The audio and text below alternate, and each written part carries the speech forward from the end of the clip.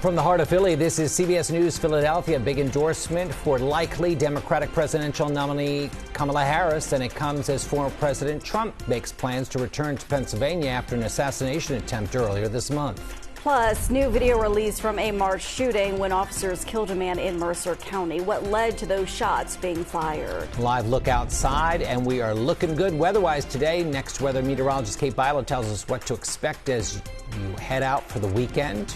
It's looking very good. Good morning, everyone. Welcome to the news at 7, streaming on CBS News Philadelphia and on Philly 57. I'm Jim Donovan. And I'm Jan Carabeo. Janelle Burrell has the day off. Thanks so much for joining us. Let's get right to that next weather forecast with meteorologist Kate Bilo. Feeling so great out there this morning, Kate. It feels so much better outside this morning. We're not seeing a ton of sunshine in the city right now. We do still have some clouds lingering, and that is kind of associated with the front that pushed through last night that brought this comfort in. But a very comfortable morning to get outside, go for a walk, go for a run. Not too hot, and you don't have the sun beating down on you just yet either. A little bit of filtered sunshine here in Margate, and you can see up in Bethlehem more blue sky, and we're seeing those shadows cast by the sun on the buildings here as we look live at Main Street. In Philadelphia, again, as you look south, you're seeing more cloud cover, and again, that's associated with our cold front, which is still nearby. We'll be looking at a mix of sun and clouds today, but the big difference is how it feels outside. The temperature is 70 degrees, but dew points are in the mid-50s. Dew points are about 20 degrees below where they were yesterday. That takes us right from the soupy and gross range down into the comfy range. And with a beautiful breeze from the north, we are feeling fantastic today. And it looks pretty good. We've got a mix of sun and clouds throughout the day. There may be times when it clouds up a little bit and then the sun comes back. Temperatures heading to the mid-80s, and it feels like the actual temperature it is, which is great. And same story down the shore. Mix of sun and clouds, highs in the upper 70s on the sand. A beautiful Friday beach day. Let's see how the traffic is shaping up on this Friday morning. Here's Chandler. Good morning, Kate. We're up in Bucks County right now. Route 1, not the best place to be today. Starting off Route 1 northbound right before Route 413, right at that exit there.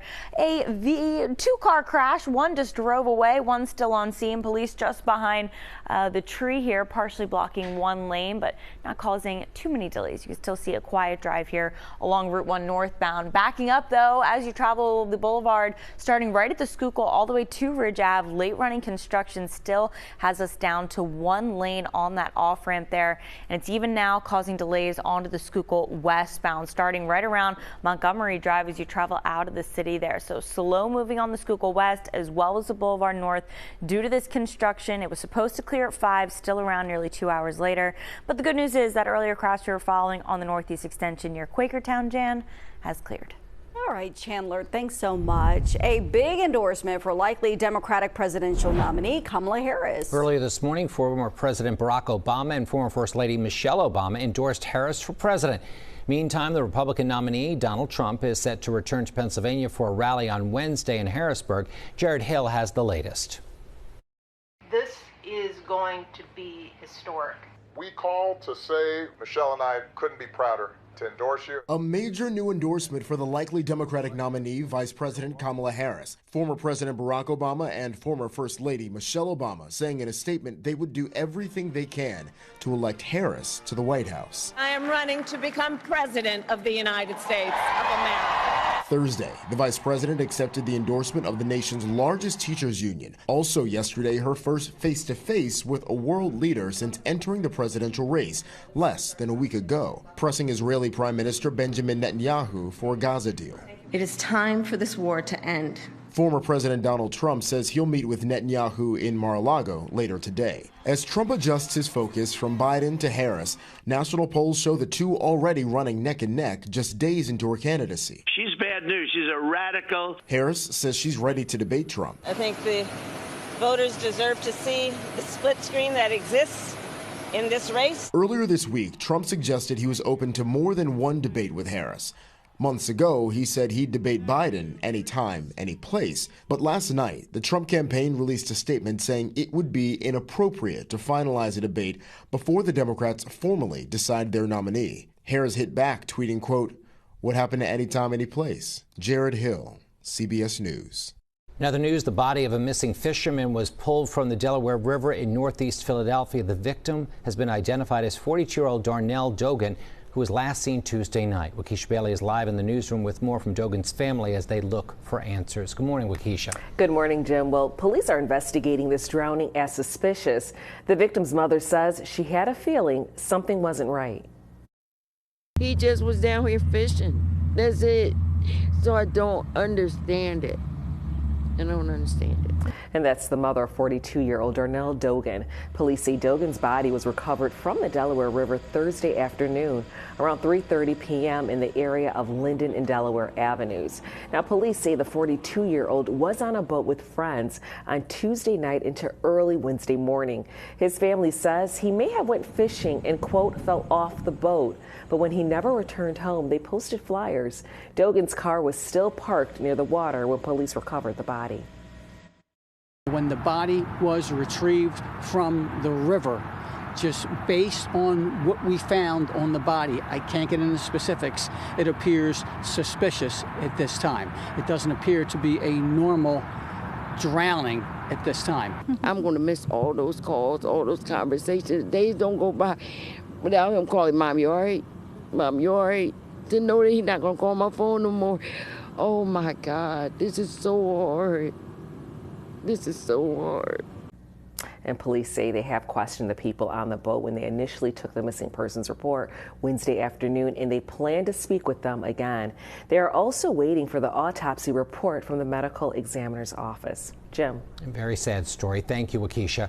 The New Jersey Attorney General's office has released body camera footage of a shooting during which police killed a man in Mercer County. We want to warn you, the video might be hard to watch for some of you. Yeah. Whoa, whoa, whoa, whoa, whoa!